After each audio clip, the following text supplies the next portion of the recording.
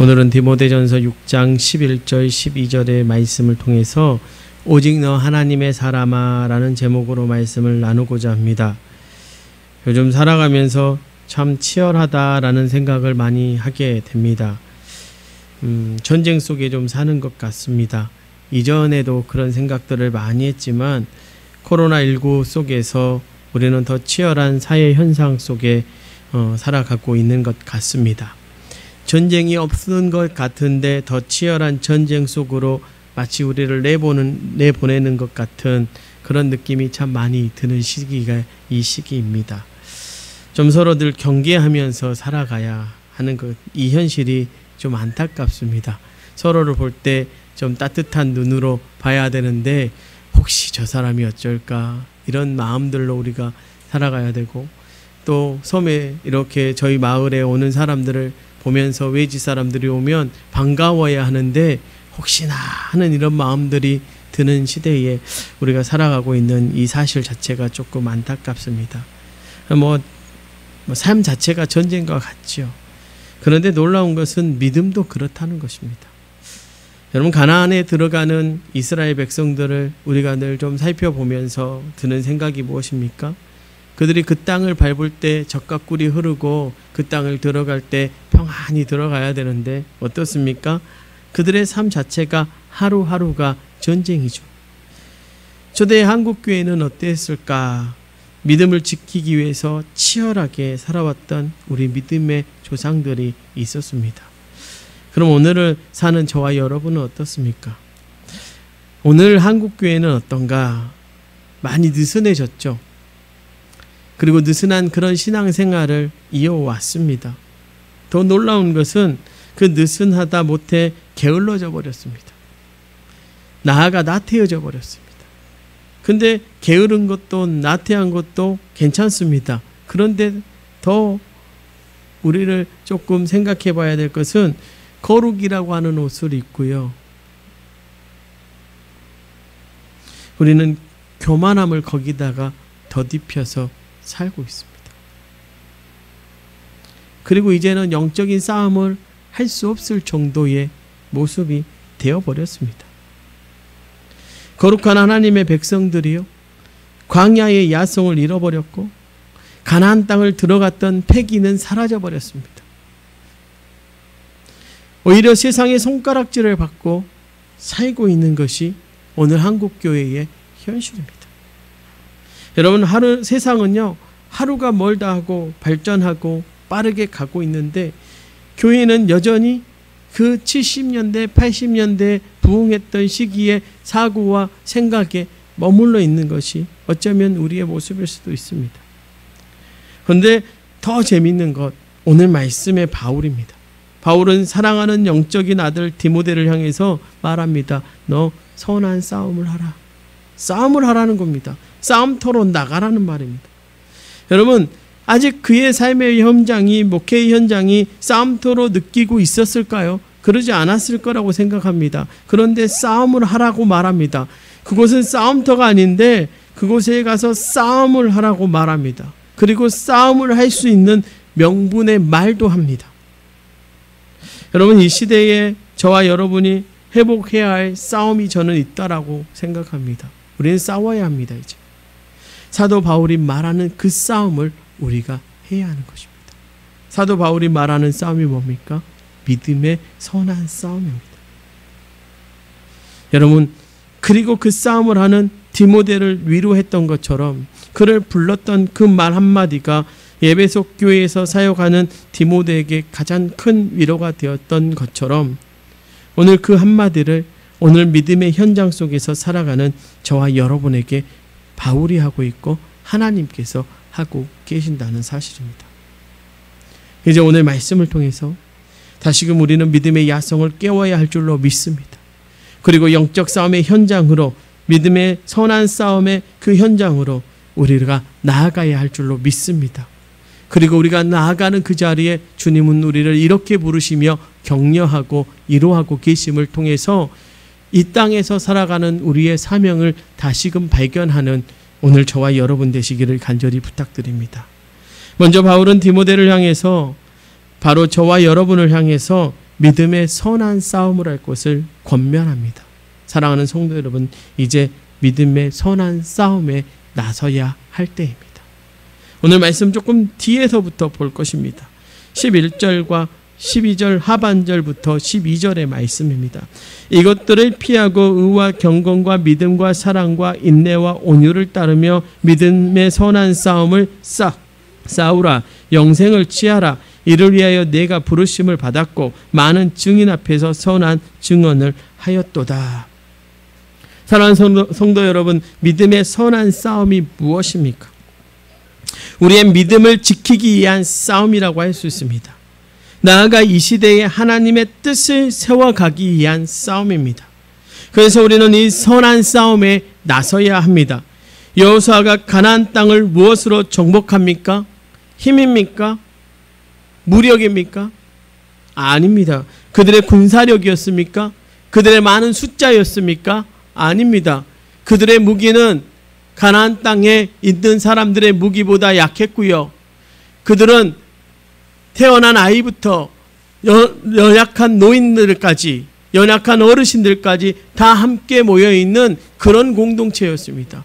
싸움에 나서기가 쉽지 않은 그런 공동체였습니다. 그런데 그들이 무엇으로 그 땅을 정복하고 그 전쟁에서 이겼습니까?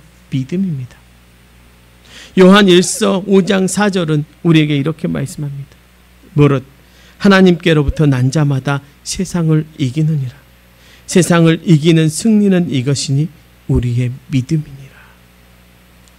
우리는 필연적으로 이 세상과 싸울 수밖에 없습니다. 그런데 그 승리는 바로 우리의 믿음으로 주어집니다. 그래서 우리는 믿음을 지키는 이 믿음의 선한 싸움을 해야 하고 할 수밖에 없는 것입니다. 그런데 오늘 본문의 바울은 우리에게 4가지 싸움의 방법을 알려줍니다. 이렇게 싸우라고 명령합니다. 4가지가 뭐냐? 피하라, 따르라, 싸우라, 취하라. 이 명령이 들어있습니다. 먼저 무엇을 피하라고 말합니까? 우리의 피할 것을 멀리 해야 할 것이 있다라고 말합니다. 여러 가지가 있겠지만 오늘 본문은 2가지를 말하고 있습니다. 3절로 5절 말씀에는 이단자들과 변론을 피하라고 말합니다. 또 하나는 돈의 욕심을 피하라는 것입니다. 여기서 피하라, 여기 이것들 이단자들의 악덕을 가르칩니다. 거짓 교사들의 다른 교훈을 말합니다. 교만하고 변론과 언쟁을 좋아하고 투기와 분쟁과 해방과 악한 생각을 하며 경건을 이익의 제로로 생각하는 자들의 행동들을 의미합니다. 여러분, 이것들을 우리는 피해야 합니다. 우리는 하나님의 이름으로 세상에 평안을 끼치는 것이 아니라 세상을 갈라지게 하고 분열하게 하는 이 행동들을 끊어야 합니다. 피해야 합니다. 여러분, 이단들의 생각과 사상을 우리는 피해야 합니다. 또 무엇을 피하라고 말합니까? 돈의 욕심을 피하라고 말합니다. 세상에 대한 욕심을 버리라는 것입니다. 그것이 진정한 성공이 아니라는 것입니다. 돈, 세상의 성공, 힘이 있고 매력이 있습니다. 그런데 오늘 10절 말씀은 우리에게 뭐라고 말씀하냐면 돈을 사랑함이 일만 악의 뿌리가 되나니 이것을 탐내는 자들은 미혹을 받아 믿음에서 떠나 많은 근심으로써 자기를 찔렀도다. 여러분, 아간을 기억하십시오. 그 무서운 성 여리고를 무너뜨리고도 아이성 앞에서 아무 힘 없이 처참하게 패배를 맞이했던 그 이유가 바로 아간의 탐욕이었습니다. 우리는 이 탐심을 버려야 합니다.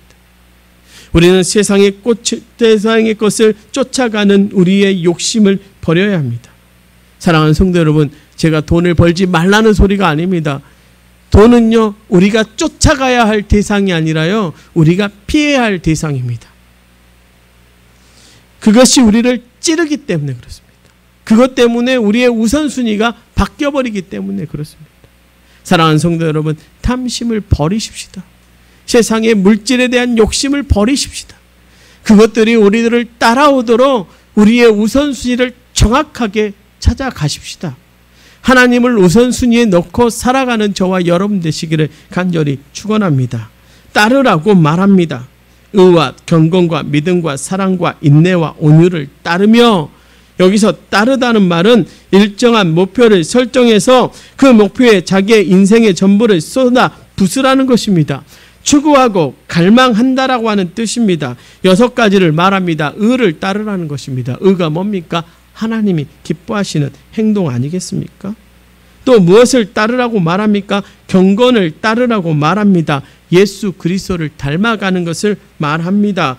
또 무엇을 말합니까? 믿음을 따르라고 말합니다. 믿음은 하나님을 의지하는 것을 말합니다. 사랑을 따르라는 것입니다. 하나님이 우리를 사랑했듯 우리도 세상을 사랑하고 나누며 살으라고 말하고 있습니다.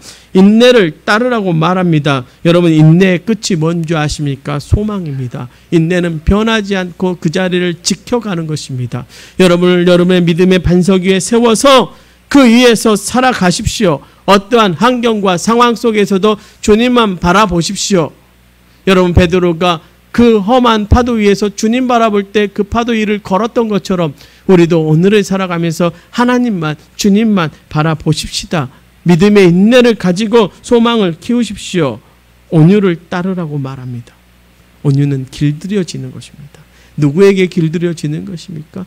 말씀에 길들여지는 것입니다. 사랑하는 성도 여러분, 우리가 말씀에 길들여질 때 바뀝니다. 우리의 삶이 변화가 있습니다.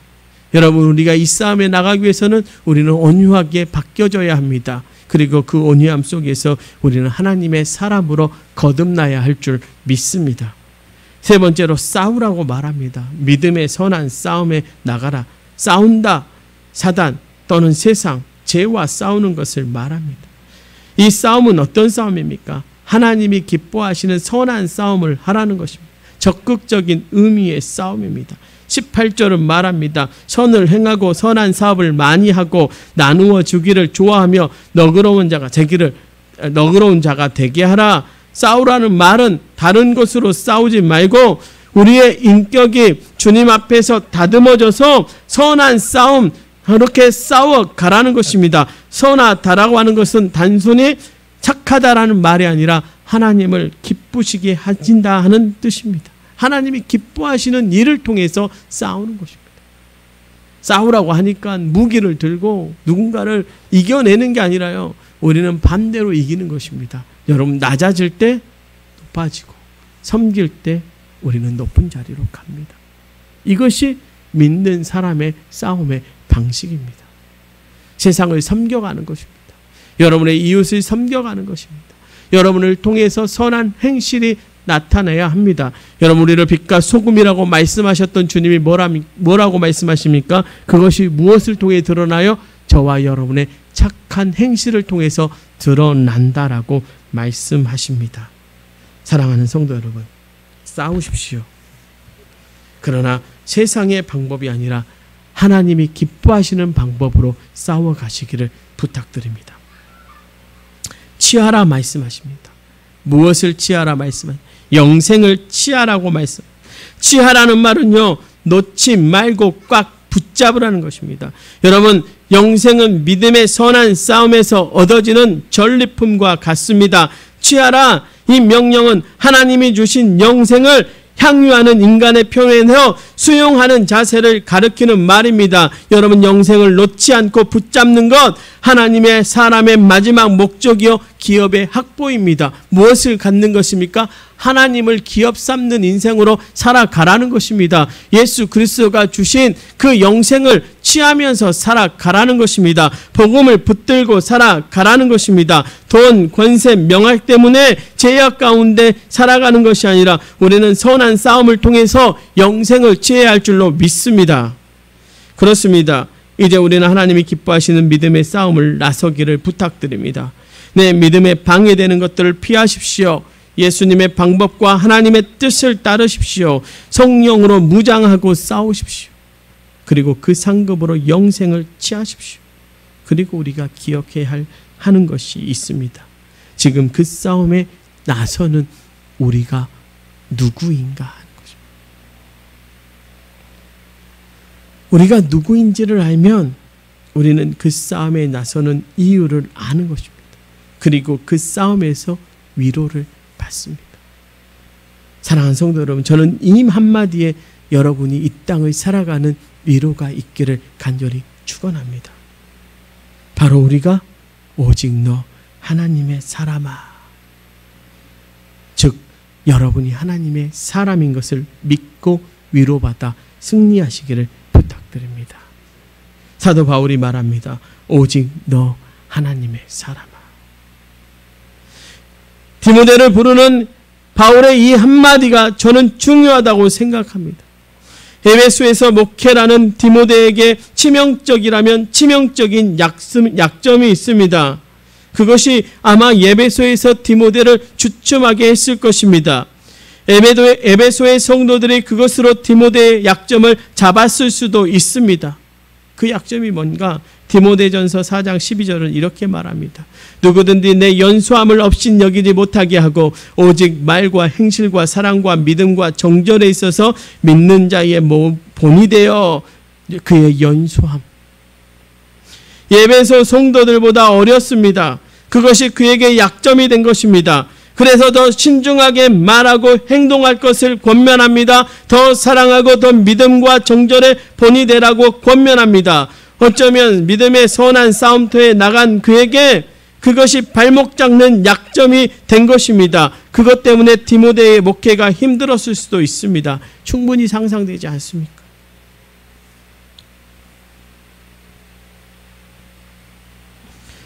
그의 연소함이 그의 약점 앞에 되어 있었습니다. 그때 바울이 그 디모데를 향해서 말합니다. 오직 너 하나님의 사람. 여러분, 한국교회의 이 시대의 치명적인 약점이 무엇일까? 저는 부의 축적이라고 생각합니다. 교회가 부자가 됐습니다. 교회가 세상의 약자보다 강자 편에 서 있는 모습을 봤습니다. 탐심, 부흥, 성공이 하나님보다 우선되었습니다. 그런데 반대로 우리가 돌아가자고 하는 초대교회의 약점이 무엇입니까? 약한 것입니다. 그냥 약했습니다. 그들은 늘 핍박의 자리에 있었고요. 그들이 모이는 교회 안에는 늘 연약하고 가난한 자들이 모였습니다. 그들은 필연적으로 나누며 살아갈 수밖에 없었습니다. 세상이 볼 때 약하디 약했습니다. 하나님 편에서는 어땠을까요? 사실 그것이 가장 강한 무기였습니다. 지금 교회의 모습과는 다릅니다. 저는 이렇게 생각합니다. 디모데의 최대 약점, 그 연소함이 어쩌면 하나님 편에서는 어떨까요? 그것이 가장 큰 강점입니다. 하나님이 사용하시는 사람들의 몇몇, 하나님이 하나님의 사람이라고 부르는 사람들은 다 치명적인 약점이 있었습니다. 아브라함은 이단의 뿌리, 미신의 뿌리에서 나왔고요. 그는 늘 우상 숭배하는 지역에서 나왔습니다. 그는 거짓말도 서슴지 않고 했습니다. 자기 아내를 루이라고 불렀죠. 야곱은 어떻습니까? 사기꾼이고 늘 속이면서 살아왔고 늘 질려는 인생으로 살았습니다. 모세는 어떻습니까? 그는 스스로 말합니다. 나는 혀가 둔한 자라고. 그런 치명적인 약점들이 있음에도 불구하고 하나님은 그 약점을 약점으로 보지 않으셨습니다. 오히려 강점으로 보신 것입니다. 왜 강점입니까? 그 약점이 하나님을 의지하는 것이 되었기 때문입니다. 그런데 지금 교회는 어떻습니까? 그 약점들이 아니라 하나님이 없는 것, 하나님보다 다른 것이 앞서는 것, 그것이 강점 같지만 가장 치명적인 약점입니다. 교회 스스로 능력이 있다라고 생각하는 것, 여러분 이것이 치명적인 약점입니다. 교회 안에 이런 말을 합니다. 돈이면 다 할 수 있어. 돈이 없어서 못하지. 여러분 하나님의 교회가 돈으로 세워졌습니까? 여러분이 돈 때문에 교회에 왔습니까? 아닙니다. 생명 때문에 왔고 영생 때문에 왔고 구원 때문에 왔습니다. 하나님의 사랑 때문에 이 자리에 앉아 계시지 않습니까? 여러분 우리가 약하다고 생각하는 가장 큰 약점이 뭐여야 되냐면 우리의 힘으로 할 수 없음을 고백하는 것입니다. 우리의 손에 쥐고 있는 것들을 내려놓는 것입니다. 이제 우리는 내려놓아야 합니다. 우리는 점점 더 내려놓는 훈련, 우리의 손에 쥐고 있는 것을 놓는 훈련들을 해야 합니다. 그리고 하나님을 의지하는 훈련을 해야 합니다. 하나님밖에 없습니다. 정답은 하나님이십니다. 그것을 말씀하고 있는 것입니다. 우리의 신에 신었던, 우리의 발에 신고 있는 여러분의 신을 벗어버리십시오. 그래야 진정한 하나님의 위로가 저와 여러분에게 지어지는 것입니다. 바로 그 위로를 디모데가 받고 있는 것입니다. 그는 그의 연소함 때문에 날마다 하나님 앞에 나갔을 것입니다. 그의 부족함 때문에 날마다 하나님 앞에 나갔을 것입니다. 그런 그에게 바울이 말합니다. 너 하나님의 사람이야. 치명적인 약점 앞에, 하나님 앞에 무릎 꿇을 수밖에 없는 그에게 그는 말합니다. 너 하나님의 사람. 너 하나님의 사람. 너는 하나님이 사용하시는 영적인 군사야. 하나님이 너를 사명자로 불렀어. 그 사실이 더 중요하단다. 너의 나이, 너의 부족함 필요 없이 하나님이 너를 불렀어 하고 위로하고 격려하고 있습니다. 여러분, 우리 교회가 연약하다고 생각합니까? 아니요. 연약하기 때문에 하나님이 더 강하게 쓰실 것입니다. 우리가 부족하다고 생각하십니까? 부족하기 때문에 하나님이 더 강하게 쓰실 것입니다. 이제 교회가 나이가 들어서 목사님 이제 우리가 힘들어요. 나이가 많아요. 이렇게 말씀하십니까? 아니요. 그것 때문에 하나님이 사용하실 것입니다. 저는 그 사실을 믿습니다. 우리의 연약함이 하나님을 가장 우리 안에서 강하게 하는 가장 큰 장점이 될 것입니다. 여러분 기억하시기 바랍니다. 광야의 이스라엘 백성들, 그들은 오합지졸이었습니다. 그런데 하나님은 그들을 무엇이라고 부르십니까? 하나님의 군대라고 부르십니다. 그리고 그 군대의 장관, 지휘관이 되시겠다라고 말씀하십니다. 여리고를 앞에 둔 이스라엘 백성들에게 하시는 하나님의 위로를 들어보시기 바랍니다. 여호수아 5장 14절입니다. 그가 이르되 아니라 나는 여호와의 군대 대장으로 지금 왔느니라. 여기서 여호와의 군대, 즉 하나님의 군대가 이스라엘 백성들을 말하는 것입니다. 아니요, 오늘을 살아가는 바로 저와 여러분을 말하는 것입니다. 하나님이 바로 우리 앞에 서시겠다는 것입니다. 여러분, 이것이 우리에게 가장 필요한 위로이지 않겠습니까? 하나님이 우리 앞에 서겠다라고 말씀하시는 것입니다. 디모데를 하나님의 사람이라고 부르는 것, 왜 디모데에게 위로입니까? 그것이 하나님이 부르신 디모데를 향한 마음이기 때문에 그렇습니다. 너 하나님의 사람아, 너 하나님의 사람아, 내가 너를 불렀어라고 말씀하고 있는 것입니다. 그렇다면 하나님의 사람의 의미는 무엇입니까? 우리가 그 의미를 알면 우리는 위로받고 이 땅을 살아갈 수 있습니다. 하나님의 사람이라고 하는 것은 내가 너를 선택했다라고 하는 것입니다. 사랑하는 성도 여러분, 이스라엘을 선택했듯 우리를 하나님이 선택하여 불러주셨습니다. 이사야 43장 1절로 2절이요. 야곱아 너를 창조하신 여호와께서 지금 말씀하시느니라.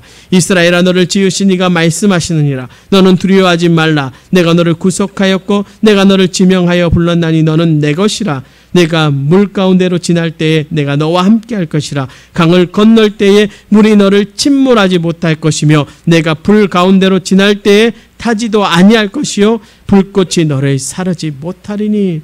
여러분 얼마나 복입니까? 여러분을 향해서 말씀하십니다. 너 하나님의 사람아, 내가 너를 선택했다. 너는 내 것이야 라고 말씀하십니다. 또 너의 하나님의 사람아라고 부르시는 하나님의 말씀의 의미는 무엇입니까? 너는 사명자로 살아야 한다라고 하는 것입니다.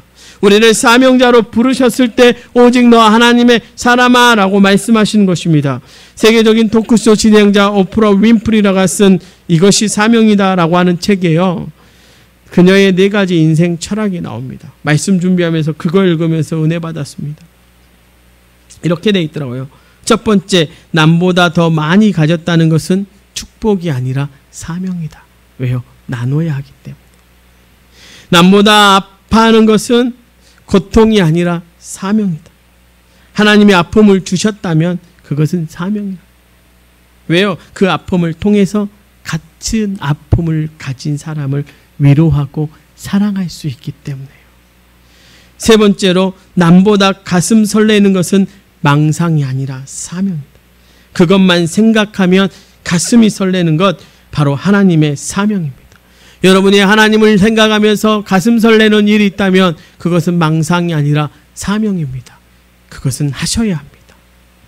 남보다 부담되는 것은 강요가 아니라 사명. 하나님이 부담감을 주시는 것은 사명입니다. 모세는 이스라엘 백성들을 해방시켜야 한다는 부담감을 갖게 되었습니다. 그런데 그것이 사명입니다.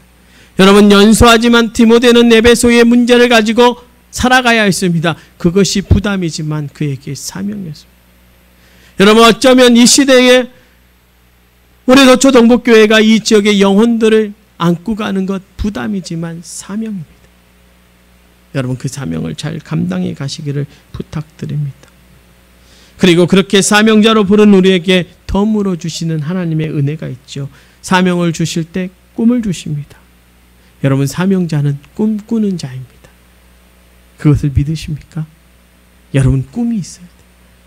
여러분, 날마다 꿈을 꾸십시오. 하나님이 주신 꿈을 꾸십시오. 여러분, 사명을 주실 때 사람도 붙여 주십니다. 모세가 뭘 할 때 아론을 붙여 주셨습니다. 여러분, 이게 하나님의 방법입니다. 바울에게 디모데를 붙이셨고 디모데에게 바울을 붙여 주셨습니다. 여러분, 사명을 주실 때 동행의 복을 주십니다. 여러분, 하나님께서 모세를 불러 사명을 주시고 뭐라고 말씀하십니까? 반드시 내가 너와 함께하리라. 우리 주님 뭐라고 마태복음 28장 20절에 우리에게 말씀하고 가십니까? 내가 너희에게 분부한 모든 것을 가르쳐 지키게 하라. 볼지어다 내가 세상 끝날까지 너희와 항상 함께 있으리라. 사랑하는 성도 여러분, 너 하나님의 사람아 하며 여러분을 불렀다면 여러분은 사명자로 부름 받으신 것입니다. 그리고 그곳에는 하나님이 함께하고 계십니다.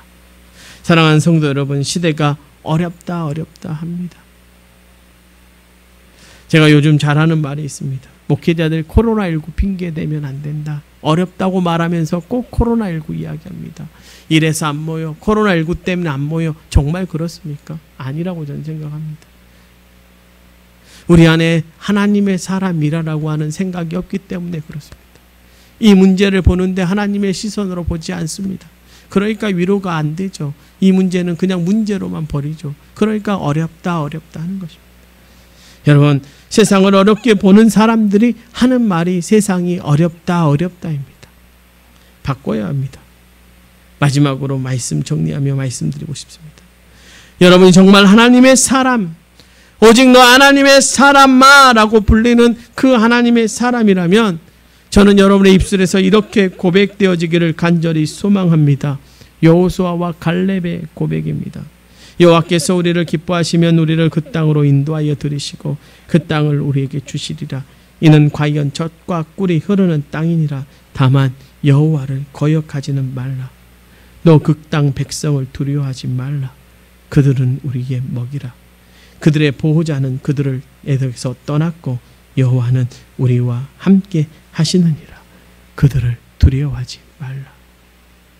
여러분, 코로나19가 우리를 두렵게 하십니까? 우리가 정말로 두려워해야 할 것은 하나님이 우리를 떠나는 것입니다. 우리가 하나님의 사람이 아닌 것입니다. 저는 위로하여 말씀드립니다. 오직 너 하나님의 사람아, 바로 여러분입니다. 오직 너 하나님의 사람 되시는 도초 동북교회 귀한 성도 여러분, 세상을 두려워하지 마십시오. 세상을 넘어서십시오. 하나님이 지금 여러분과 함께하고 계십니다. 기도하시겠습니다. 주님, 우리 성도들 이 시대에 오직 너 하나님의 사람아,